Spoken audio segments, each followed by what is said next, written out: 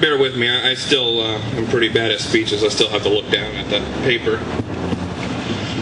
First off, I want to thank Larry Pratt of the GOA for showing up. That there's not enough words to describe how grateful I am for him to fly all the way here from Springfield, Virginia, to come to this rally in Waterford.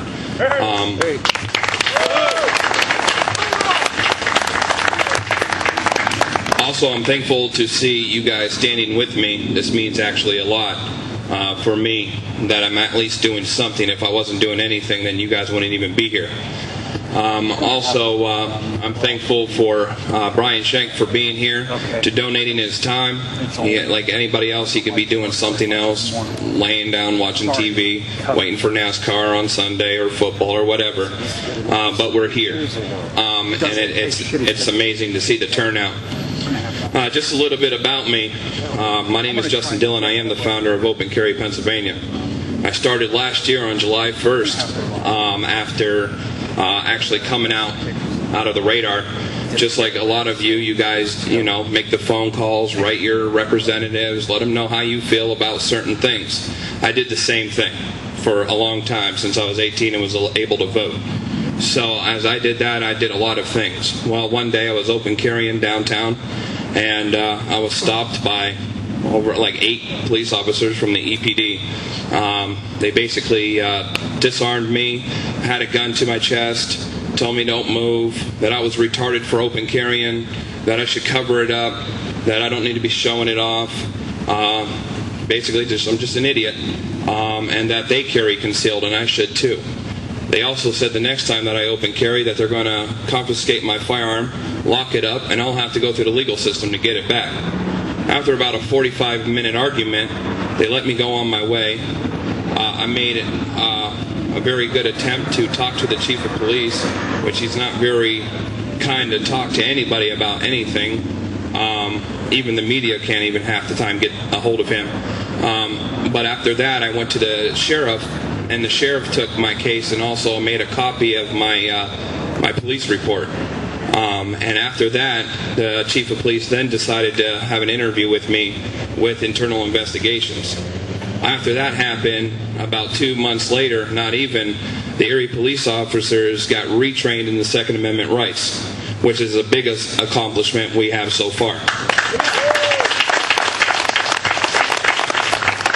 Now again, you guys would think, well, if that was true, then why did I get cited? Why am I having such a problem? Why am I even fighting for this if it doesn't affect so many people? Well, it actually does.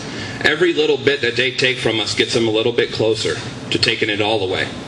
If we give them 1 inch, they'll take a mile. It's our government, for crying out sakes. They'll take a lot. Like I say, my saying is this: I'd rather fight until I'm dead, so my son don't have to fight this fight. But if he does, I hope he gives them hell.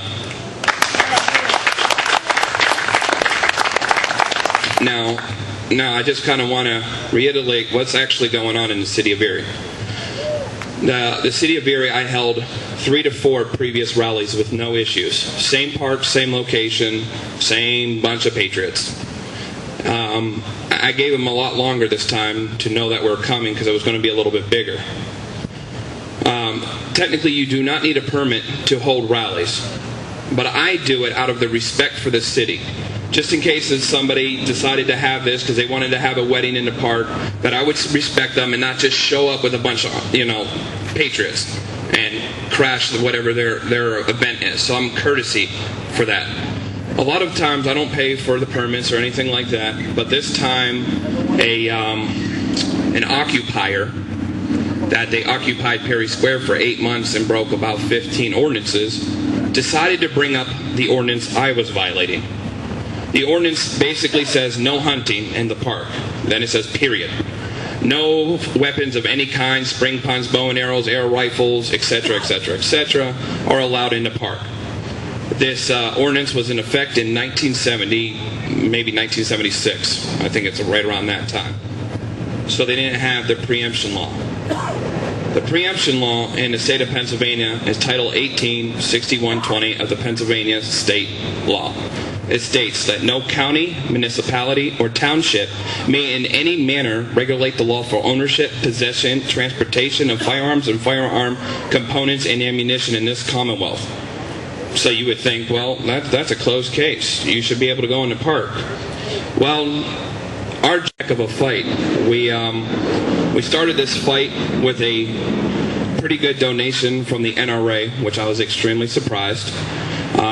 After making well over 200 to 300 phone calls for help, I finally received it by the NRA, which they gave us our retention fee of $4,000.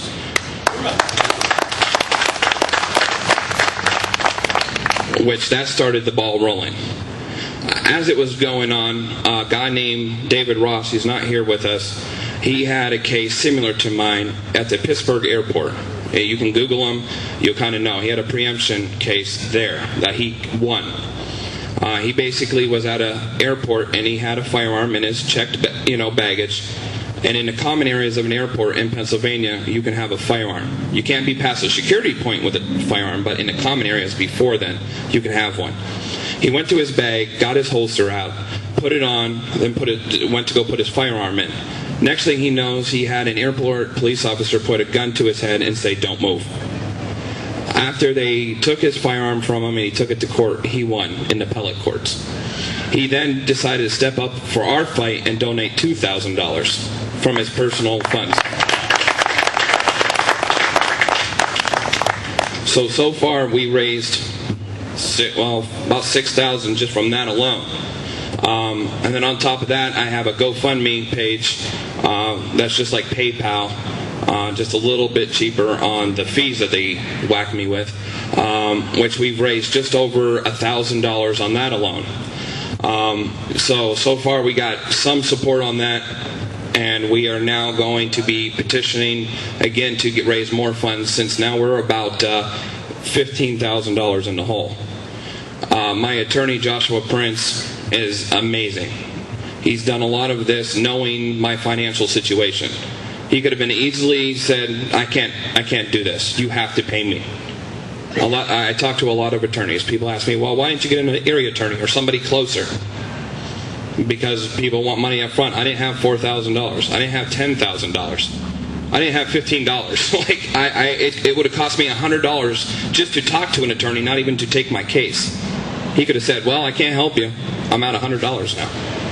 So I did make those. But this guy is all the way from down in Allentown, Pennsylvania, on the other state. And if you're fighting the city, you don't want an attorney in your own backyard. You want somebody that is not from here. So just a word of advice. On top of that, he's done a lot of stuff pro bono.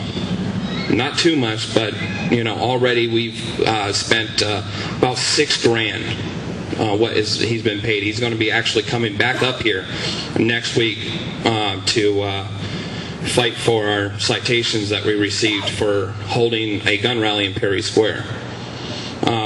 They basically came like 12 officers deep and asked me why I'm doing what I'm doing, that I didn't have to do this, that I should go back home and take a nap, all this weird stuff, and I was just amazed. I did even have officers off duty, but I'm not going to mention their names. They want to keep anonymous because they're on that side of the fence. They support what I'm doing. But unfortunately, there are officers of the law that, unfortunately, say they have to follow the orders. I would have told them no and got fired. I don't really care. Or not shown up, called in sick. So it's been an extreme fight for us at this. Like I said, this is not only going to be an Erie fight. If we lose this case, where else do you think this ordinance may be into effect? We had in Bucks County, same attorney. All he had to do was write a letter and they backed out. They took the ordinance right out. Unfortunately, I can't get that support here because Erie feels like they're Philadelphia. I don't understand. So I'm going to kind of read some of the stuff that I have down. I may repeat myself, so forgive me. All right. Again, it says, before I start, I would like to thank a few people. Larry Pratt of the GOA, and the GOA for helping us in our fight. Brian Shank for his help in a previous rally and today's. Also to the Oath Keepers of PA for their attendance. And thanks to Waterford for working with us to hold this rally, and all those who came to show their support. For the people who are unfamiliar with us, we are a group based out of Erie, PA, the city where I was born and raised. I was younger. When I was younger, I found that our rights were under attack. It seemed that as the years went by, more and more rights were being stripped from us. For several years, I was quiet. I wrote letters, made phone calls to our representatives and others. That all changed on June 17, 2012, while open carrying my sidearm in Erie. I was stopped by 7 police officers from the Erie Department. I was disarmed and called stupid for my choices. I was threatened that the next time I was found openly carrying, my gun would be locked up and my license to carry revoked. Once I was set free, I went to voice my concerns with the chief of police and the sheriff. Following the discussions, the Erie police were retrained in the laws regarding carrying of firearms in this great state. We had 3 events in Erie, all supporting the Second Amendment. We had no issues with the city council, or the Erie police. The next event went in a sour direction. We made aware that a city ordinance stated that firearms are not allowed in the park. This came out to a shock considering the previous events we had in PA. State Law Title 18, subsection 6120, the general rule: no county, municipality, or township may in any manner regulate the lawful ownership, possession, transportation of firearms, ammunition, and ammunition components when carried or transported for the purpose not prohibited by the laws of this Commonwealth. I'm going to just say an ordinance is not a law, it's a rule. You would think that the city would follow state law. You would be wrong. Erie has gone against state law and issued citations to 8 people, including myself.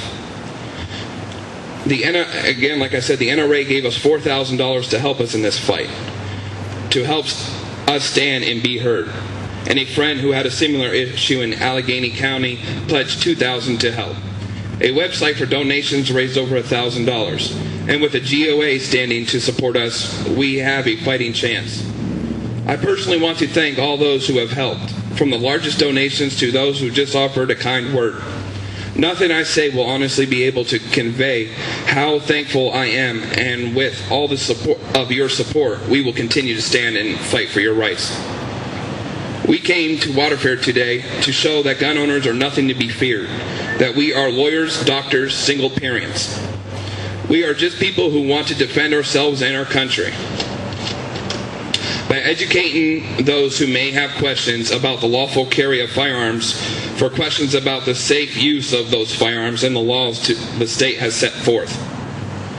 Carrying a firearm is a right, but is also a big responsibility, and one that isn't lost on all of us here.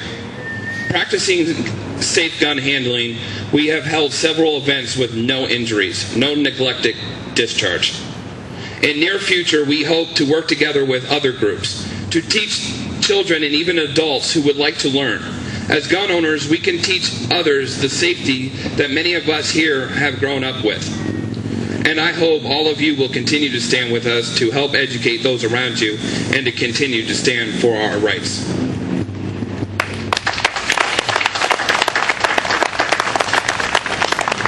So the next speaker that I want to introduce is Larry Pratt from the GOA. Please give him a warm welcome.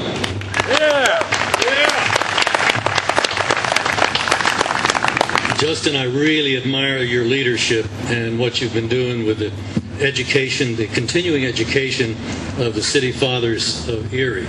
That's real leadership, and that's going out on the point. A lot of us would probably have to think twice before doing something like that. It's not a very pleasant experience to have somebody who's probably got an anger management problem putting a gun right up on your body. So kudos. I guess I should begin with an apology. My good friend Piers Morgan is not going to be with us today. But maybe he's out selling newspapers. Mr. Morgan may be out selling newspapers. I don't sell newspapers. Well, whatever. I get things wrong all the time. I very artfully left membership brochures for Gun Owners of America at my hotel, but happily the Oath Keepers is better organized than I, and they have some brochures if you would be interested in checking us out. And basically, we are lobbying the Congress, and we're lobbying the Congress based on the idea that politics is inherently confrontational, particularly when one is dealing with socialists. And at this time in our country's history, it's probably accurate to say that all the Democrats and too many of the Republicans are socialists. They just assume that they are part of the ruling class and that they were born to rule and that schlubs like us were born to be ruled. And of course, it's precisely an attitude like that that explains the reason why we have a Second Amendment. Because when the government of our forefathers, and it was their government, they were British citizens in America, British subjects, more accurately, in America. But when they saw that that government was no longer trustworthy, that it was breaking ancient promises, the Magna Carta, the Bill of Rights, things that were hundreds of years old, the contracts the colonies had with the king and parliament when they were established, routinely being violated, not even being treated as a subject with any rights whatsoever. They actually had fewer rights in America because they were in America. It was viewed that the common law didn't extend to them in America. And so they saw that that situation was not going to get any better, that in fact the government was becoming more and more distant. It kind of sounds familiar, I think, because today we can, I think, talk about our government being more and more distant. Look at the fight certainly of the year, if not the decade, that lies before us. It's going to come to a head, if not before, by the 30th of September, and it's the fight over whether or not to fund the anti-gun law called Obamacare. Now, if you're not a member of gun owners and you're not getting our email alerts, it may sound a little surprising to refer to Obamacare as anti-gun. But consider what it does. It says that all of our medical records must be accessible to drones in Washington via their computer invasion of our privacy. And if they see somebody with a PTSD diagnosis, for example, no conviction of violence, no allegation of violence, just that diagnosis, that alone is now zapping people of their right to keep and bear arms. That is not American because there's been no due process. That's the big problem, starting with what we dubbed the Veterans Disarmament Act in 2008. There, President Bush, unhappily, signed that into law that said that a veteran could have his records dumped into the criminal system for the background check, and these psychiatric, mainly diagnoses, could be used as the basis for taking away their guns and denying renewals of concealed carry permits, which of course they shouldn't have had to get to begin with. And there are 4 states that recognize that, as you probably know: Vermont, Alaska, Wyoming, and Arizona. If you're in one of those states, I could put a coat over this gun, not have a permit in that state to carry a concealed firearm, and I'd be perfectly legal. And actually in Vermont they don't even have a system for getting a permit. That's how casual they are about it in Vermont, amazingly enough. Now, the Obamacare can be stopped in its tracks if John Boehner and the Republican leadership receive a spinal transplant between now and the end of September.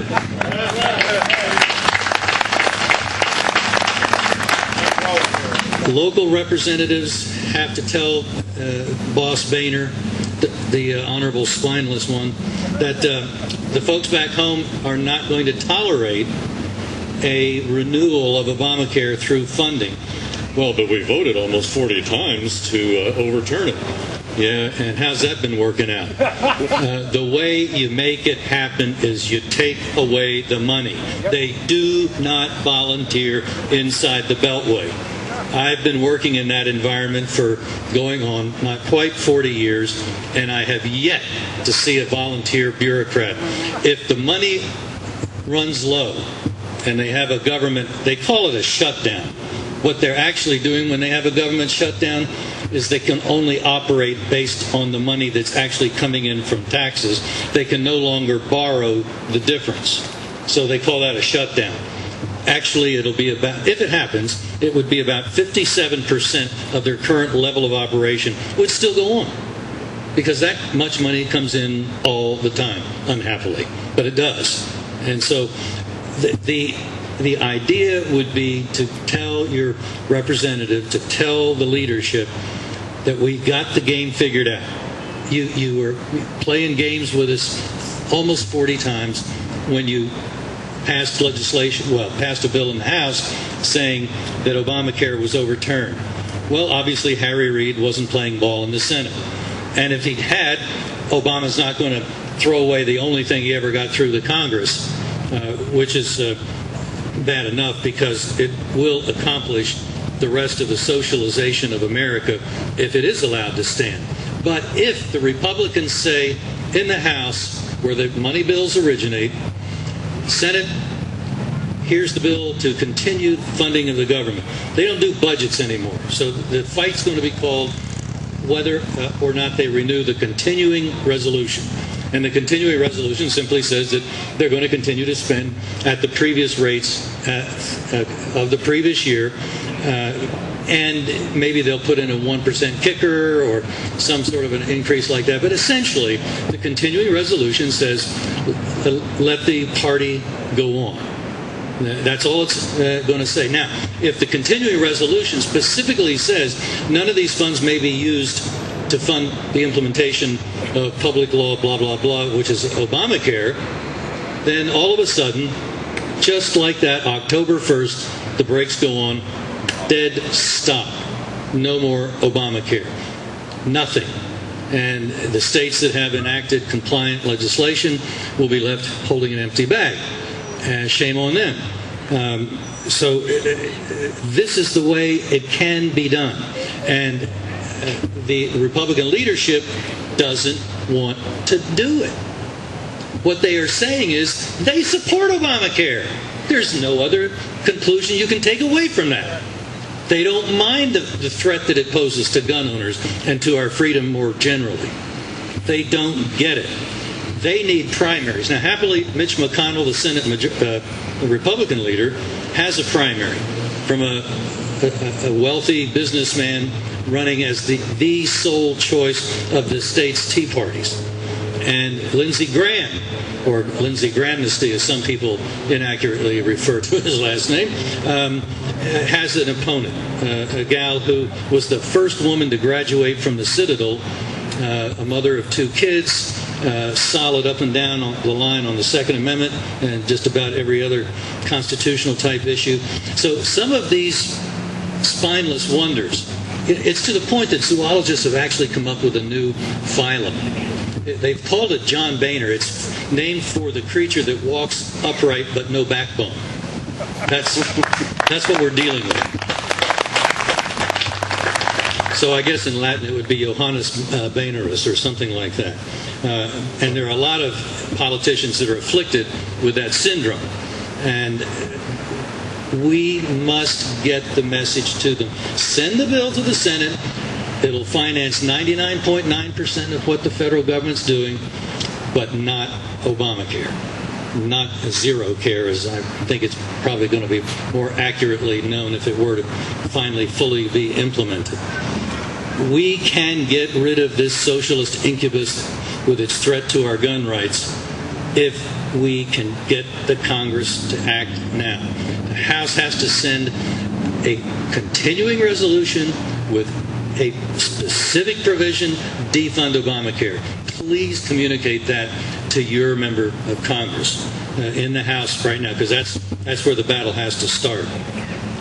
Now, the Senate could act even if the House doesn't do it right, but it's going to be a lot easier to deal with Harry Reid if it's not there to start with.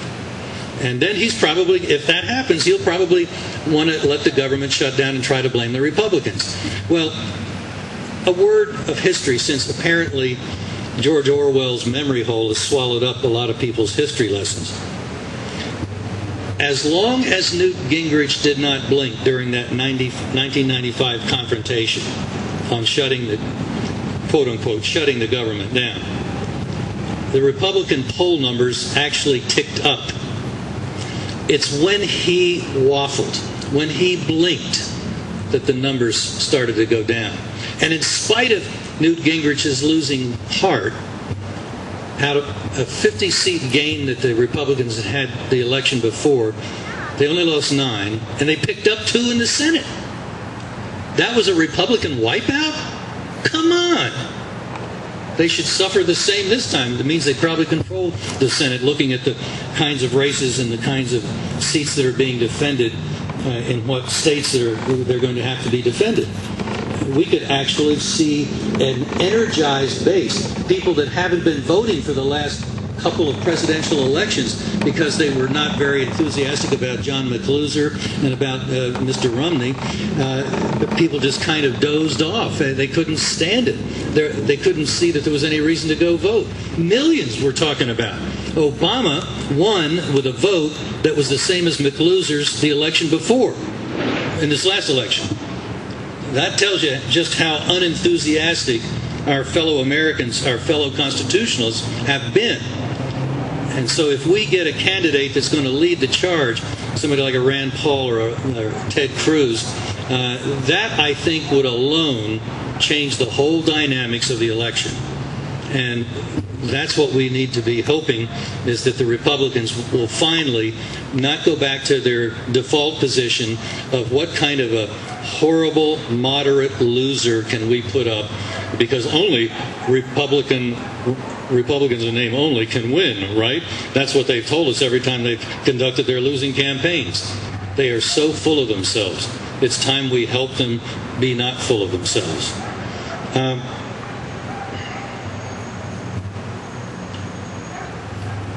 Something else that we need to be pushing, because if we don't, apparently nobody will, that we know of, there are 400 people, give or take, dead because of our federal government's complicity in a mass murder program called Fast and Furious.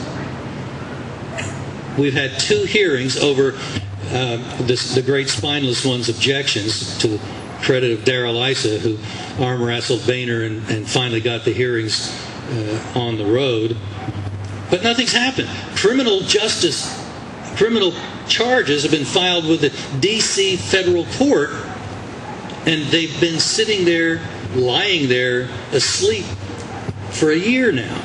Nothing's happening.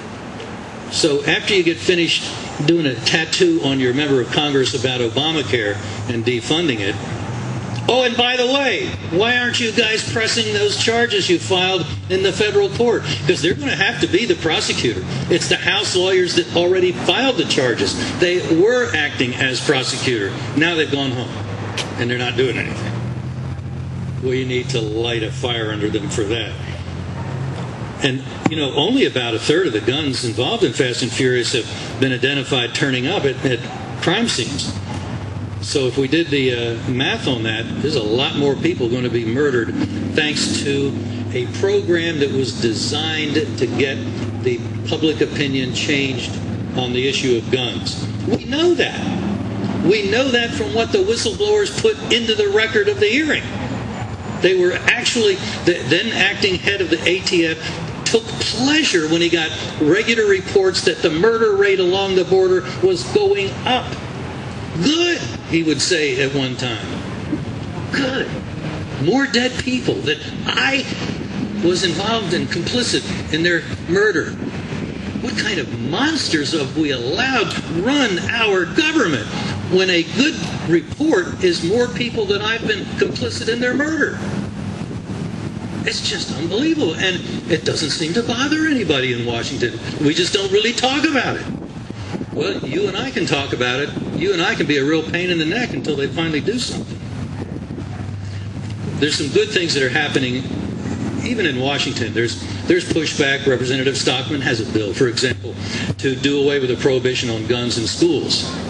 Do you realize that all the mass murders that have occurred in our country in the last 20 years, save one, was in a legally imposed gun-free zone? gee, do you think maybe there's a cause and effect there? For instance, we know for a fact that the Aurora mass murderer went by several other theaters that did not have a no guns sign in their window, and he went to the one out of 7 that did. He knew what he was doing. He was taking advantage of the law that's on the books thanks to members of Congress. And for somebody not to co-sponsor Representative Stockman's bill suggests to me that they don't have a problem with mass murder. They don't have a problem with compelling people to be victims. How sick is that? How sick are you, Mr. Congressman, that you won't even put your name on a bill like that? Well, we can't have guns in schools. Yeah, we'll tell that to the next mass murderer, you jerk. What are you talking about?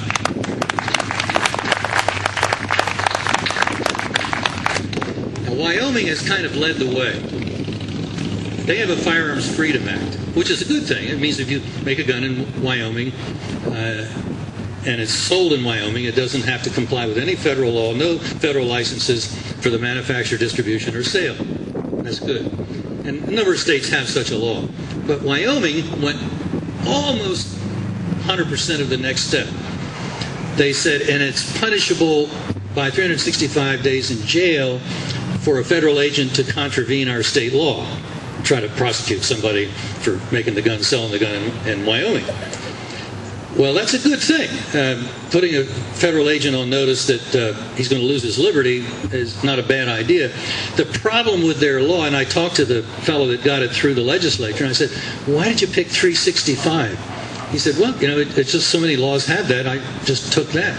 I said, you realize that if you'd have made it 366, that under federal law, that federal agent would lose his right to keep and bear arms for life because he would have been convicted. Not even, it wouldn't have to be called a felony, but he would have been convicted of a crime where he could have been sentenced to 366 days.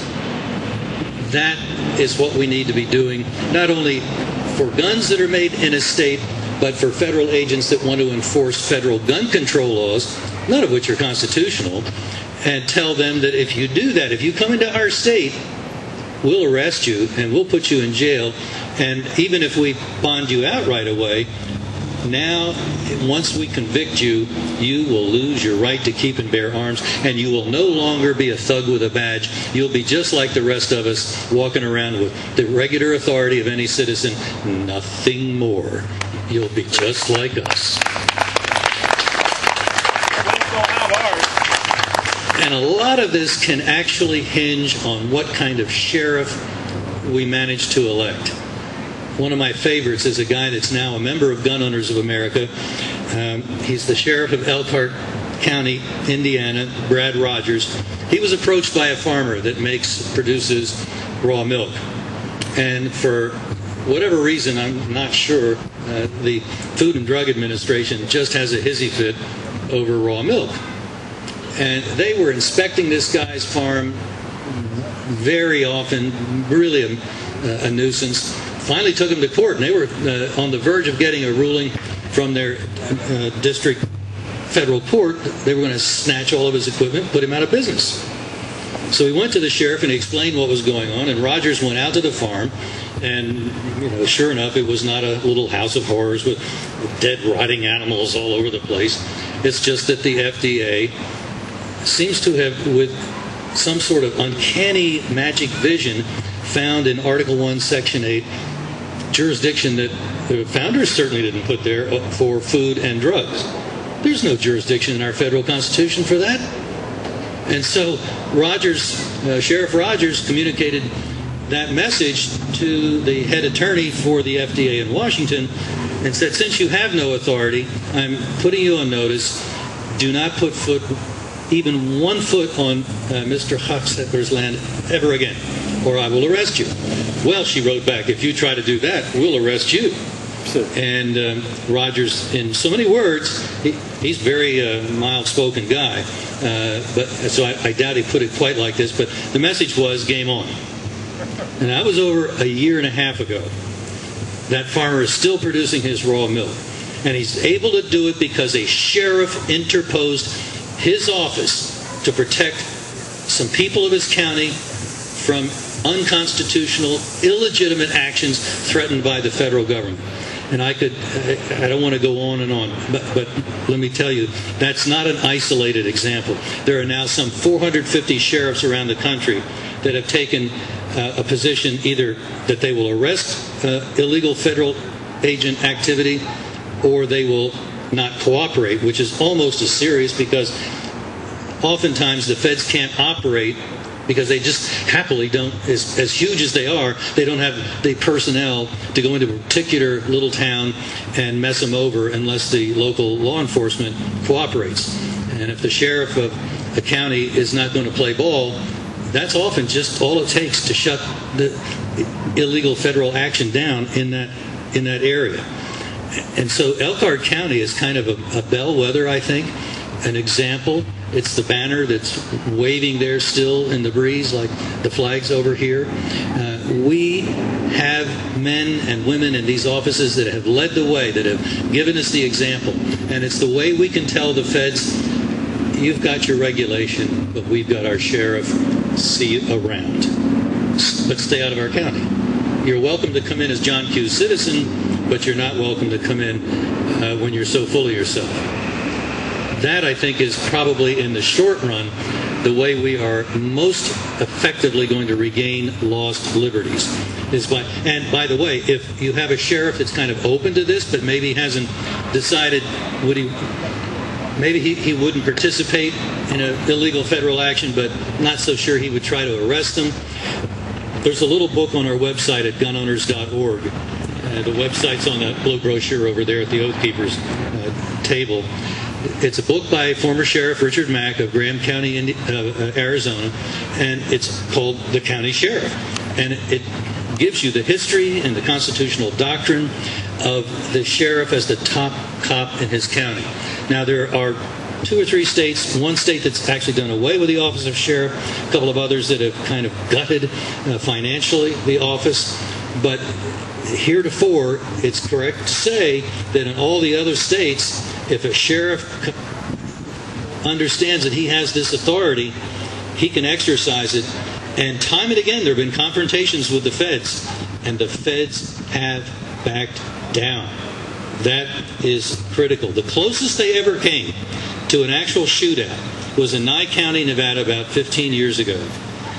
Sheriff DeMayo was approached by a rancher who was having his cattle stolen by the BLM, the Bureau of Land Management, which managed unconstitutionally this huge tract of land that they own in Nevada.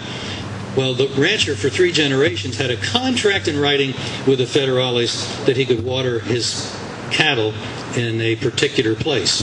It was a spring. And they didn't like that because they thought the cattle were not natural to that area. And you know how the feds are. Anything natural is great. Anything human is bad. And so the fact that a human being was running his cattle through this area just drove them nuts. And they were beginning to steal his cattle.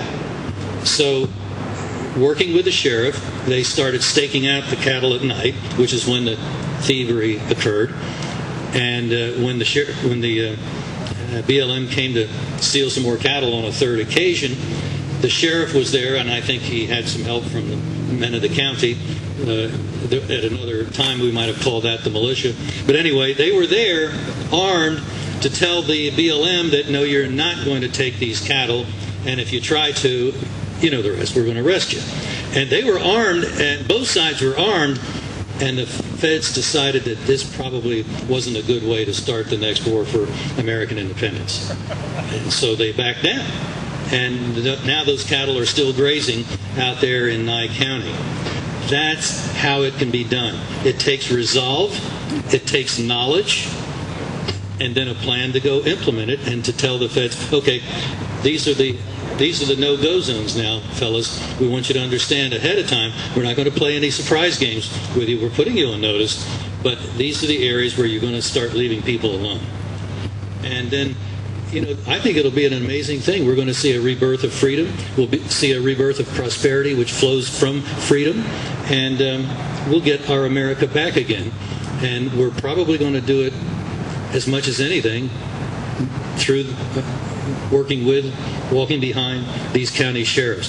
So I hope you'll join with me in this work. We'd love to have you help us out with our lobby work at Gun Owners of America. We're very much a grassroots lobby. We count on you to contact your members of Congress. We'll give you postcards, we'll give you email that you can send to them. But they have to hear from you because you're the one that has an address in their district, and that's what they fear, is somebody that knows what they're doing and might vote against them. So please help us put the fear of God in these people, and we'll keep on pushing back, getting our freedom back, inch by inch. Thanks so much.